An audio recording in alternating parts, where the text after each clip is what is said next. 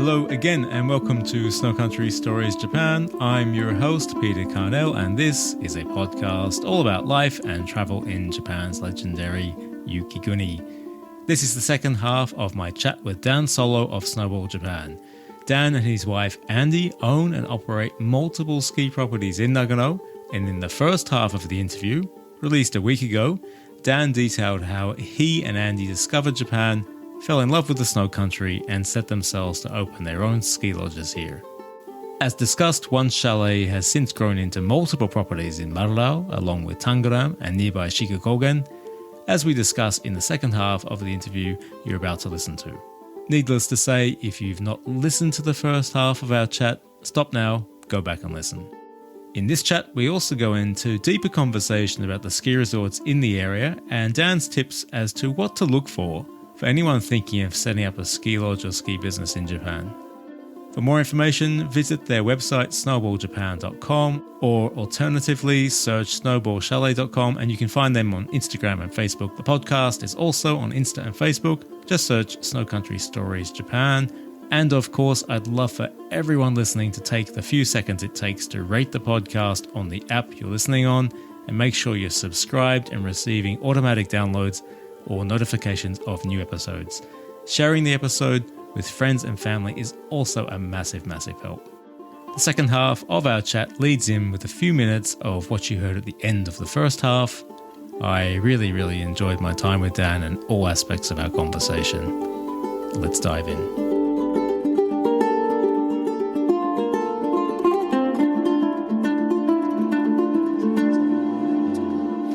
So their buildings got covered up completely. It was the best ski season I'm ever going to have. It's never going to be better than that. We tried to track the mountain out from one end to the other, and we never once were able to do it on a fresh snowfall. And it just snowed non-stop. Yeah. It was unbelievable. And so when did the construction start on that property? Over that period of time when I was coming back and forth, we were meeting with the construction company. So we had this very, very strong rapport with the building company, and Isamu-san was he's a delightful human, and he took a risk on us. You know, building with Westerners for Japanese people can be daunting. He took a risk on us, and we really were collaborative together. So Charlie finished the designs after 6 months. We started talking with Isamu-san. We spoke for a year. April, we started the excavation and foundations, and they finished building in December of that year. So it took the year to build, and we had more or less, we'd worked out a way of selling it off the plan to Dan and Rachel. So we were able to finance the build itself, and we opened for business for Snowman Apartments 2022. So Andy and I spent the whole year collecting all of the interior decorations in antique shops and finding these beautiful, beautiful things, samurai suits and incredible bowls, clay wood-fired bowls and all sorts. Thank you for walking me through this morning. Really well appointed, exceptionally comfortable location is great. So there's a real contrast between Snowball Chalet and the property next door. It's just beautiful. And the work that Isamu-san did in the construction and the design that Charlie did is really stunning. And I think one of the things that it's the first time we've experienced it, when you refurbish a property, you have to make many, many compromises because it already exists and people design things in ways that you wouldn't design them. The design decisions that are made 30 years ago, the style of design is different. The idea of internal spaces and the way you use them is different. So Snowball Chalet was, fabulous in that it was cozy and wonderful in that way. But also there's some inconveniences in terms of the way that it's laid out for not so much for the way people stay there, but definitely the way you run a business. But also the way that Westerners conceptualize space is different to the Japanese. Yeah, that's right. Yeah. So building Snowman Apartments was such a pleasure because there's compromises in that building as well. There has to be in every building, and particularly because the land is steep there. So that meant that there were compromises that were made, but very few compromises. So it was nice to build something and to have an opportunity to have input into the design and also to have so many less design compromises. We're sitting today at what I believe is the newest of your properties? The newest new build. New build. Yeah, that's Shiki at Tangaram. Tangram is a separate resort, Tangram Ski Circus, one of the better named ski resorts, I think, in Japan, off the backside of Marurao, but connects to Marurao through the top runs. So effectively, when you come here, you can consider it one ski resort. It's covered by an all-mountain pass and fantastic tree runs connecting the two, and blah, blah, blah, blah, blah. And we're looking out towards the main ski runs of Tangram, out through the lounge now, in an exceptionally comfortable space. Really beautiful little self-contained chalet. So Dan, can you tell me about Shiki? How did this come to be? Shiki came to be because during the meetings that we were having with the builder, with Isamu-san, one of his missions is to keep Japanese original traditional Japanese carpentry techniques alive, and also to save where they can, or at least reclaim some of the old building materials from buildings that have been either will be demolished or have been destroyed by the snow loads or weather in Japan. So with Snowman Apartments and also Shiki here, a lot of the timber, the old timbers have come out of beautiful old farmhouses. And these pieces of timber, you can't get timber like this and that anymore. It's keyaki, which is a really, really beautiful hardwood that's native to Japan and Taiwan, I think it is. We call it zelkova. But it's this incredible timber. But the timbers that were used 200 years ago came out of old growth forests. So they're huge, beautiful pieces of timber which have been lovingly crafted by Japanese craftsmen of old. And those timbers, some of those ones, the buildings that couldn't be saved, those timbers have been salvaged or reclaimed, and we've used them in these buildings. And when we were having meetings about Snowman Apartments, Isamu-san invited us to his family home where he had built his dream home. And his dream home is exactly the same posts and beams of Shiki. Because as soon as I walked into that house, I was like, oh my God, it's amazing. Like, this is literally also my dream home. So I was determined that one day, come hell or high water, I had no idea how we would get it done. One day, somehow, we would build Isamu-san's house. We've changed the interior layout because he's built his house so that it would be comfortable as a family home. That's not the way you would build a guest house. So the idea here was that, again, we would make sure that it was really, really comfortable for Western guests. For example, the master bedroom has an ensuite. In Isamu-san's home, the Japanese don't see ensuites as an important factor in terms of the way they live, so they don't have an ensuite.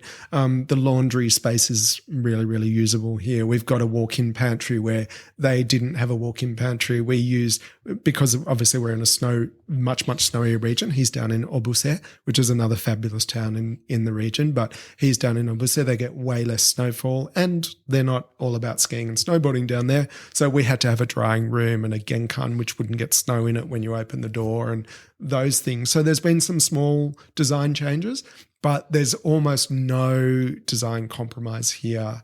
And the beauty of the Japanese aesthetic here is just, it's dripping off the walls in the design. The timbers are beautiful. It's got those vaulted high ceilings, which are stunning. It's just I'm madly head over heels in love with this building. It's work well done, and the setting is fantastic. I wish listeners could see the view that we're looking out directly onto the main run of Tangram, which is quite a steep run going up, so it's a really impactful view. Can I just ask, in terms of new builds and things like that, as a business operator here in Japan, many subsidies floating around that assist you in doing this? COVID was one of those weird things that you flip a coin and it would destroy some businesses and it would make other businesses stronger. A friend of mine owns a vinyl record. He sells vinyl records in Melbourne. His business went absolutely bananas because everybody was locked inside and had nothing to do, and they weren't traveling, and they had money because they were still working remotely, and they were bored out of their brains at home. So what do? They buy things that are entertaining, i.e. records. And nostalgic and comforting. Exactly, right? Yeah. Nice.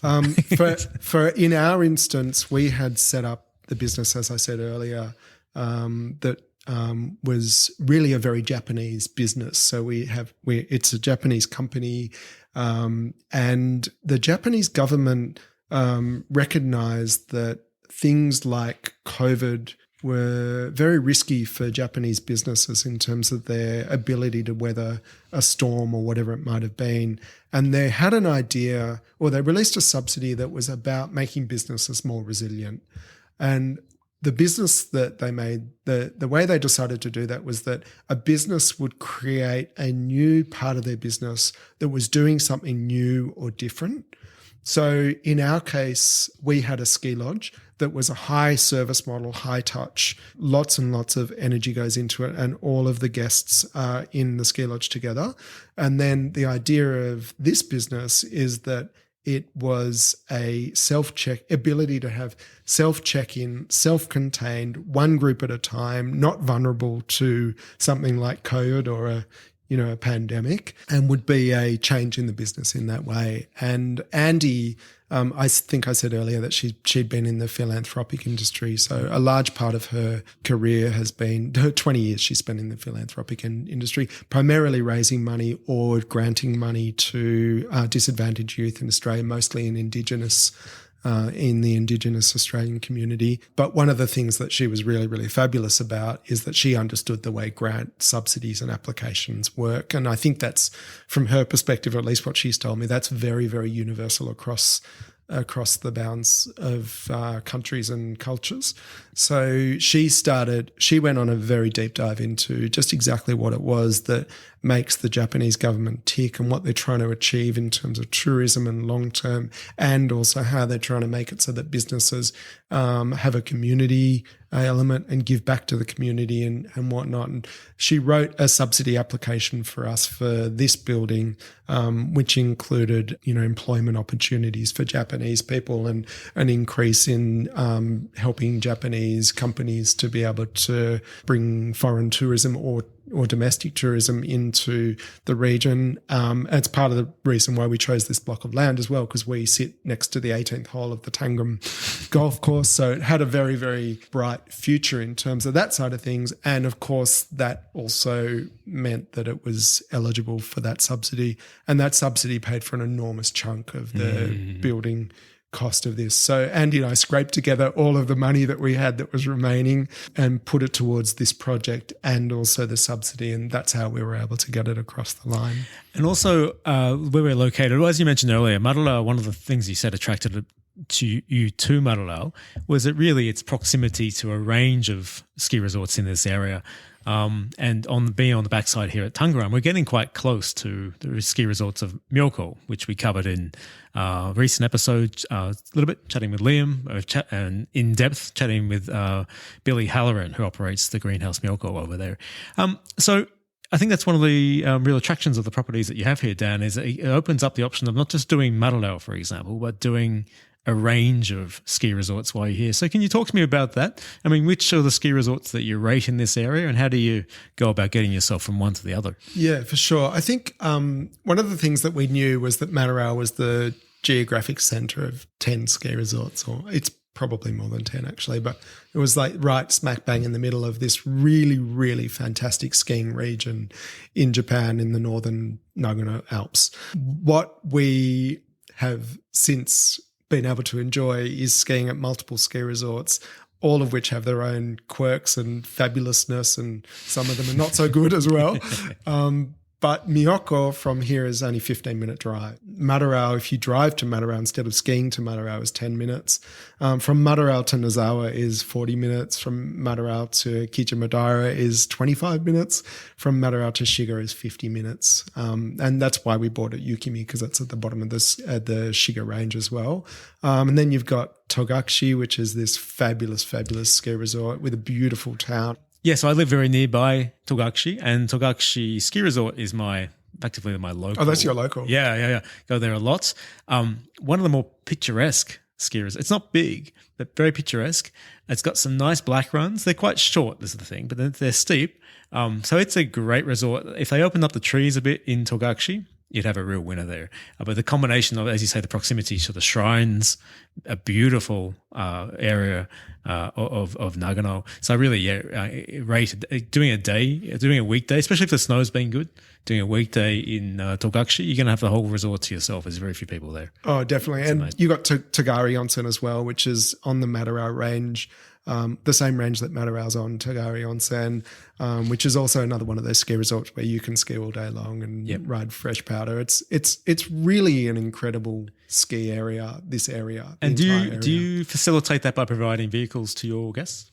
Yeah, so with Snowball Chalet, they don't come with vehicles, but we do tours for guests, just like snow monkeys to Obuse. There's an incredible, the Hokusai Museum is down there, some beautiful restaurants, and it's a really fabulous town. And also we go to Zenkoji in Nagano and here, there and everywhere. But for the guests that stay at the apartments or the houses, every one of them comes with a complimentary four-wheel drive with snow tyres. So it's an amazing opportunity for our guests to go exploring. So they jump on a train from Tokyo. They're 101 minutes from Ueno Station in Tokyo to Iyama, which is 15 minutes to the top of Madarao Mountain. At Iyama Station, when they arrive, they pick up their complimentary car. They spend their whole time here with their car, and then they drive back down to Iyama Station, drop it off there, jump on the bullet train and go on to their next destination. So it's a really, really easy way to come and explore this region. What's amusing to me is that we find that a lot of guests, they pick up their car in Iyama, they drive it up to Madarao, stay at Snowman Apartments, or they stay at Shiki, or they head off to Yukimi, and then particularly the ones who stay in Tangram and Madarao, they then don't use the car again for another 8 days because they can't tear themselves away from just how fun this ski resort is. People are like, oh my God, I'm going to go to all these ski resorts, and then they don't go anywhere. Going nowhere. Some people, of course, do. We got Seki Onsen, which is not far from here, which is a really fantastic ski resort, perfect day trip. We've got Lotte Arai, which is really, really fun on a bluebird day. Of course, all of the Miyoko resorts. So people do go. Nozawa's a great town to go to. I actually go to Nozawa not to ski. I very seldom ski there, but I love the oyaki ringo, the apple dumplings. So I go there just to do that and to have a little foot bath with the foot onsen. Only man in the world that does that. Yeah. So and I can tell you that 3 oyaki ringos are too much. You do not feel good after eating 3. So don't eat 3 by mistake. So it's all too easy. You do need an international license to make sure you arrange that before you get here. Otherwise, super simple. So you mentioned there, Dan, another of your properties, another one, Yukimi Sano, which is not here in Madarao Tangram.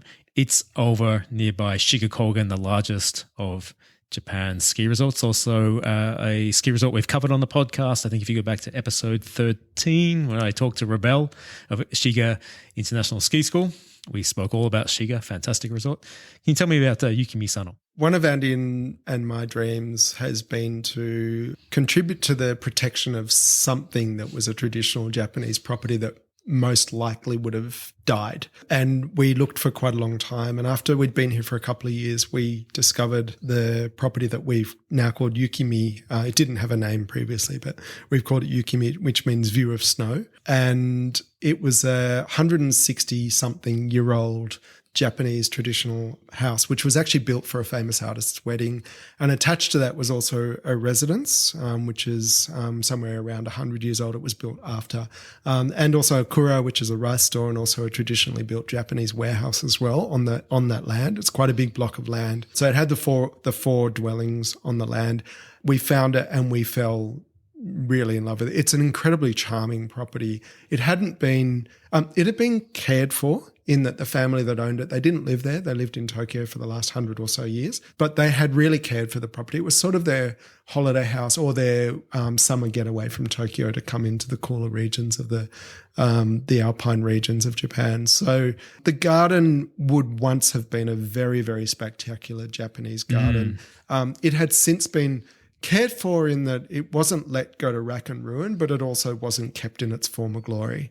And the wedding house as well was similar in that it had been really well looked after, but it had aluminium shutters put on it. The almaro, the rain windows, had been put around it to protect it. They were awful to look at, but they had done a really good job of protecting the building.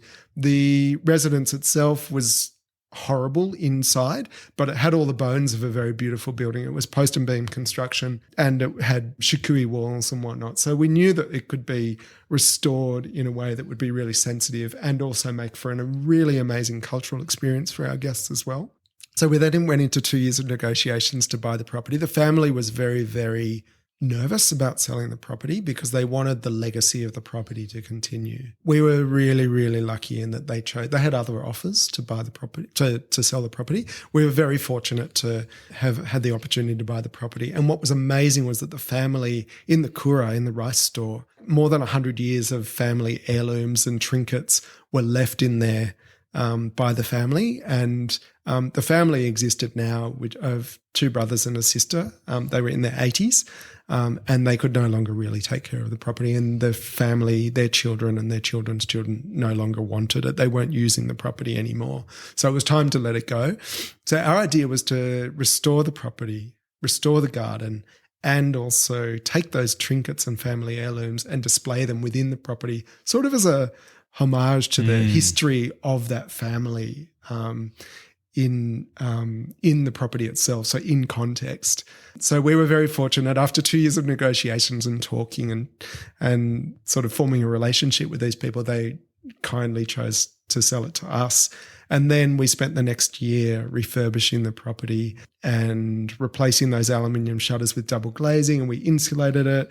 One of the things that we're quite obsessive about is that we are sustainable in the way we do things. So it's got 100% renewable energy there. It's an IH stove and it's an electric hot water system. So it's actually carbon neutral, that property now. All of the lighting and the heating is all carbon neutral. So it's properly insulated and it's been double glazed. So it's an old building which we've found a way to make it so that it meets sustainable, environmentally conscious way of doing things. And in concert with that, when we first set up Snowball Chalet, we joined 1% for the Planet, where 1% of our revenue goes to environmental causes. And this year, our environmental cause that we've chosen is Protect Our Winters. I don't know if you're that familiar with them, but they look after, their idea is to change the way government policy is toward climate change stuff. And we are trying to do our developments in a way that respects our ideology around trying to make the world a better place from the environmental perspectives. And so Yukimi is a little bit different to your other properties, and it doesn't give you direct access to a ski resort, but you're very nearby Shiga, which I mentioned is the largest and highest ski resort in Japan. So how far is it from Shiga? Yeah, so from Yukimi to Shiga, it's 2 minutes to the Snow Monkeys from there. Yes, also near the monkeys. Yeah, and then it's 15 minutes in total from Yukimi to Sun Valley, which is the first of the Shiga Kogen ski resorts. What's interesting about Shiga is that it's a fantastic mountain from a skiing perspective, and it suits some guests really well. Like if you go and stay at like the Phoenix or the Okshiga Kogen Hotel or one of those hotels, it's really brilliant because you sort of have this all-in-one kind of experience where you are in the hotel, you have breakfast in the hotel, you have dinner in the hotel, you ski on the mountain, you have lunch on the mountain, then you go back to the hotel.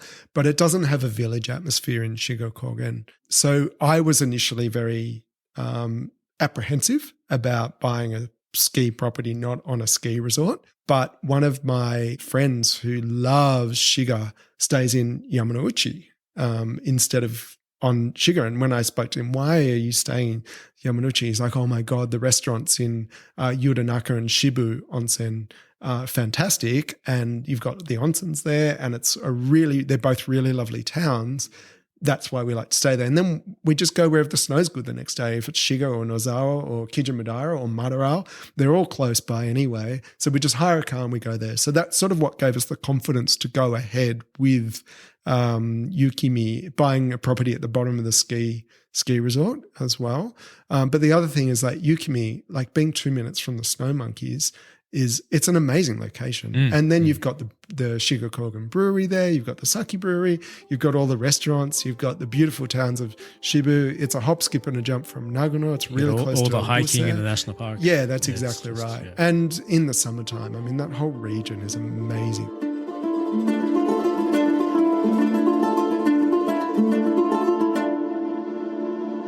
I think a lot of people listening today might be interested in, pursuing a similar lifestyle for themselves in Japan. Maybe they've done a season here and fell in love with it like yourself, and they're like, I want to do this. Listening to your story today, it makes them think, yeah, it's possible.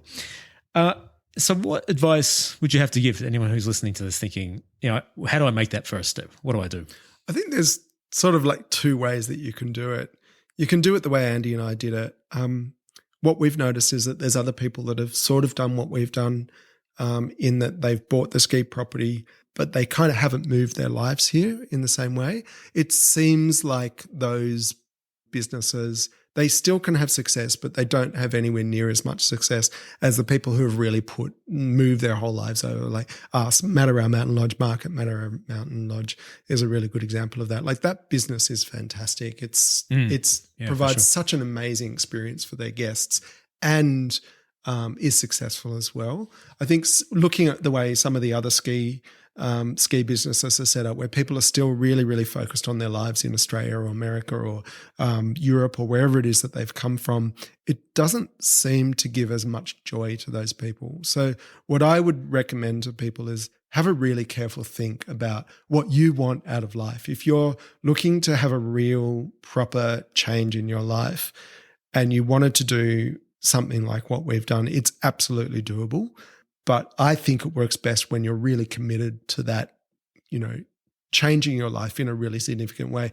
You can make it work just spending the winters here, but it's hard. You are really, really busy in the winter because you're not here to have as much, or you're not as well organized, and it's hard to find staff to run it for you if you're not here because they don't trust you as much because you're not here. And the whole setup, everything's harder. So my recommendation is that if people do want to do something like what we've done, do it, but commit really, really solidly to that. And then the idea, I think, is to do what Andy and I did we had explored lots and lots of ski resorts. Now, ironically, we actually bought in Matarao, having never skied here, but we did know the region really, really well. There's so many amazing ski resorts in Japan that if you got a good, really, really like a really high budget, you could buy somewhere in like Matarao or Miyako or Nozawa, if you can find property in those areas, and you could do quite well. If you've got a really, really small budget, you can go to another ski resort that's less well known, and you can do what we've done. Matarao was going bankrupt before we bought here. It was a really big risk buying in this area, or buying in that ski resort, because it wasn't doing well. But us buying, and some of the other new lodge owners buying, both Japanese and Western owners, and all of the marketing that we do, and we're just on forums and talking about things and helping people and answering questions on Facebook groups and all sorts, it has built up Matarao, and it's made it a viable ski resort in that way. You could do that with another ski resort if you didn't have a lot of money to invest. You could still definitely do that if you put heart and soul into it. If you try and do it without putting heart and soul into it, I think it's difficult, and it's not as rewarding as well. You don't get that reward. The other thing that sort of, because of what Dan and Rachel did in buying Snowman Apartments, it was illustrative for us because they made it obvious that there's a market out there for people who really, really want to own a ski lodge or a ski property in Japan. They can't run it themselves because they've got busy lives in somewhere else in another country. They've got young children, kids, or whatever it might be, out of school, jobs that are important, or that they love, that they don't want to leave, but they really want a connection to these areas. So that was sort of like the thing that Andy and I decided to do. We're like, okay, we can solve this problem for these people. We'll do the development for them. We'll do the interiors and the fit out for them, and we'll manage the properties for them. They have a great investment, which is high returning, and we get to improve our situation, which is that we're providing great guest experiences to more people, which we love. So that's a service you provide now. We won't do anything that we don't develop. And the reason for that is because we've seen lots and lots of people do refurbishments of ski properties in Japan, and I don't love the way other people have done a lot of the things they do. Like an example of someone who's done an amazing thing is Japan Snow Sports in Matarao. Like what Annie and Dutchie have done there is fantastic, and they provide like this incredible experience for their guests. They happen to also be people who moved here, and they're all in, and they've got an amazing sensibility. But Andy and I have stayed in so many properties, like I said, all the way through Japan, and we never really found something we loved. Because I don't trust that part of it, I don't want to manage something for somebody that I don't believe in. I know that if we do the refurbishment of an existing property or build something new, like Shiki, we're going to build 2 more Shikis. We're going to sell them to our past guests or to people who are looking to buy a property in Japan. We'll happily run them for them. But I had an inquiry the other day. Someone said, they found a ski property they'd like to buy. Would we manage it once they'd done the renovation? I'm just like, absolutely not. Like, that's just not what we can do. Yeah. The thing that I absolutely love is the interior design side of things. So I wouldn't want to miss out on doing that myself anyway. But also, if they've got another company that's doing the construction, I don't know if they've done a perfect job of it. I don't know if the boiler's been done right, if the electrical's been rewired correctly and safely. Like, we have to be in control of those things. How have you found that process between refurbishment, if you compare it to doing a new build? If someone's thinking, I want to do it, which is the best option for me? I think it's probably got more to do with what the person's budget is. You can do both really well. If you do a refurbishment on a property and you are fortunate enough to choose the right builder to do it for you, or if you're a builder and you do it yourself, if you've got those skills, you can definitely restore existing properties well. It's a lot cheaper doing that than it is to build something new. The difference being that, like I was saying earlier, like, you're going to make a million compromises in that process. So if you can live with those compromises, and if your guests can live with those compromises, I don't think there's anything that should be stopping people from doing that. If you build new, you get to do something that you know is going to be kind of perfect in that way. So like Yukimi is a really good example. It's a beautiful old property. It's really, really old. We've done the re-insulation and all of those things. It's not perfect in that property, in that, there's lots of compromises, just like Snowball Chalet, but it's stunningly beautiful. Yeah. So you can do either. I think you can do either and make it work, but you've got to love what you do. I think also the other thing for us is that we pretty quickly discovered who our guests were, the right kind of guests in that market for us. There's lots of different ways of doing it, and there's lots of different markets that are really perfect. Like Abby and Mark's market is not the same market as the Snowball Chalet market. Their guests have every bit as good of an experience as our guests do. They're just different markets. So if you know your market really well and you know the market that you're targeting, you can buy any ski property in Japan and you can do a refurbishment that meets that market's expectations and do really, really well from it. And final question, if someone was listening, they're thinking, I want to get a ski lodge, are there any ski resorts, ski areas out there that appeal to you? Because as you mentioned, Matarao, it's kind of, it's popped. Hakuba, Niseko a long time ago, Nozawa is now increasingly hard to get into. Can I push you out there? So, any recommendations? My feeling is that you could make a go of anywhere. I love Hakai-san.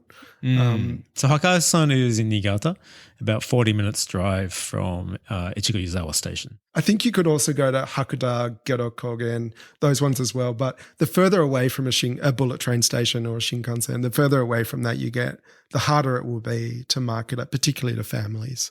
And one of the things that I thought when we first started Snowball Chalet was, oh my God, we're going to get all these diehard skiers that absolutely love powder and trees and backcountry. That was who I thought our market was. I was totally wrong. Our market are families. And I think that's probably true of most of Japan inbound tourism is probably, there's definitely those hardcore skiers that want to ski in the backcountry areas, and definitely people come to Matarao to do that. But I think the majority of those people are family sort of directed at family. So if you find a ski resort that's got proximity to a bullet train station, even if the ski resort's not doing well, as long as it's high enough and it's got enough snowfall and it's got enough pitch, because there's mountains all over Japan that have got a maximum slope degree of 20 degrees or 24 degrees. It's just not steep enough. It's steep enough for young families or families that are not good skiers, but you won't get those people coming back, because as they get better, they need that 34 or 36 or 38 degree slope to really enjoy themselves. I think that's one of the things that's so good about Matarao, is that it meets the expectation of beginners, intermediates and advanced riders. But definitely, there's so many good ski resorts in Japan. There really are. And there's so many ski resorts that you can ride fresh powder all day long. So my suggestion to people who are looking to buy ski property is just get on a Shinkansen, like a bullet train line, and map out every single ski resort that's within 20 or 30 minutes of a station, and go and have fun skiing them for, 3, 4, 6 weeks of the season and go and explore. Find your favorite property. Find the one that's perfect. You will definitely be able to buy property that are really cheap there. You might have to build up the market yourself. Look at it like a 10-year project and you'll do well. I also think look at what's around the ski resort in terms of cultural activities, food, things like that. Because that's what will turn it into a hub destination. If there's more than just skiing and snowboarding, I think. Yeah, definitely. I think I would qualify that by saying that it's sometimes you can be in the middle of a cultural heartland in Japan and not even know it. And the Japanese people and the businesses, they're notoriously bad at marketing to Western people and making things available to Western people, in that making it possible for us to find things. It wasn't that we'd been in Iiyama for 2 or 3 years before we realized just how amazing this area is. And then we're like, oh my God, there's all these incredible drives to do and there's all these incredible towns. And like, you can be driving through a random town and find a 400-year-old temple, which definitely should be on the heritage list. And it's not. Nobody knows about it. So I think, again, it's like, be intrepid, go exploring, get a car, drive around, drive through all the back streets of a village. You'll find dozens of great restaurants in every town. And along the way, I think, have the best travel experiences you'll have in Japan, because get out of the cities and the reaction out here is very different. They appreciate you coming. They don't encounter foreigners that often, and they'll make a big deal of you. Really warm and welcoming, I think. Yeah, fantastic. It's so true. If someone's interested in getting in touch, either to book one of your properties, and we actually have skipped past one of your properties today. You have yet more properties in Marurao. But if somebody was interested, firstly, to get in touch to book one of your properties, or to get in touch about the possibility of finding their own through you, how do they do so? So snowballjapan.com. We've actually just in the process of doing like a wee branding, because we started with Snowball Chalet and we thought that's all we were going to do. And then all of a sudden, of course, that doesn't make sense anymore, in that we've got Shiki in Tangram, and we've got Yukimi and Snowman Apartments that we run for Dan and Rachel, and also Snowball Studio. So we're rebranding to snowballjapan.com. So you can still go to snowballchalet.com, which is CHALET, is way harder to spell than the word Japan. So snowballjapan.com is really easy, which I'm not exactly sure why we didn't call it that in the beginning. So snowballjapan.com, and you'll see all of our details there, and you can email us or you can just book direct on the site. Yeah, get in touch if you're interested in doing an investment as well. So. Fantastic. And how far in advance of the season should they be getting in touch if they want to book accommodation? We take bookings 2 years in advance. So we had a problem at the end of COVID, in that we were totally booked out by past guests who wanted to come back. So we opened up bookings 2 years in advance, thinking, well, that'll solve the problem. And then, of course, that just meant that we were booked out 2 years in advance, so that the next group of guests that came through Snowball Chalet couldn't rebook the next year. So it's actually been a bit of a problem in a way, that we don't have enough accommodation to accommodate everybody who would like to come, particularly in those really busy periods of the end of December and all through January, the school holiday periods. So we'll take bookings to up to 2 years in advance. We still are doing that. I don't know. We need a new strategy or something, but that's how we're doing it at the moment. Unusual, right? Not many people do that. I don't know. Does anyone do that? 2 years in advance? I don't know. I know that Andy and I used to have, we used to get frustrated because there's some ski properties in Japan owned by Japanese owners that don't open up their bookings until 3 months or 4 months or something before the ski season starts. And it's very, very hard, especially if you've got kids and you've got to do it at school holidays. It's hard to plan for that. So we had started doing bookings for a year in advance, and then we were just getting sort of harassed by past guests saying, can I just book? So we're like, yep, okay, let's just do it. We'll just do it. So. Dan, I really appreciate your speaking with me today. As I said, we've been floating around each other's circles for a long time now. Great to do face-to-face, sit down for a long chat, and you spent basically the whole day with me, showing me through all your properties before we did speak. So thank you so much. Thanks, Peter. It has been a really lovely, lovely day. I appreciate all of your time as well. That's it for this episode. A very big thank you to both Dan and Andy. Their website is snowballjapan.com, or alternatively search snowballchalet.com, and you'll find them on Instagram and Facebook by searching Snowball Chalet at Marurao Mountain. The podcast website is snowcountrystories.com, and you can follow the show on Insta and Facebook by searching Snow Country Stories Japan. My name is Peter Carnell. This has been Snow Country Stories Japan. I'll be back with the next episode, as per the usual schedule, in a couple of weeks' time. Until then, it's bye for now.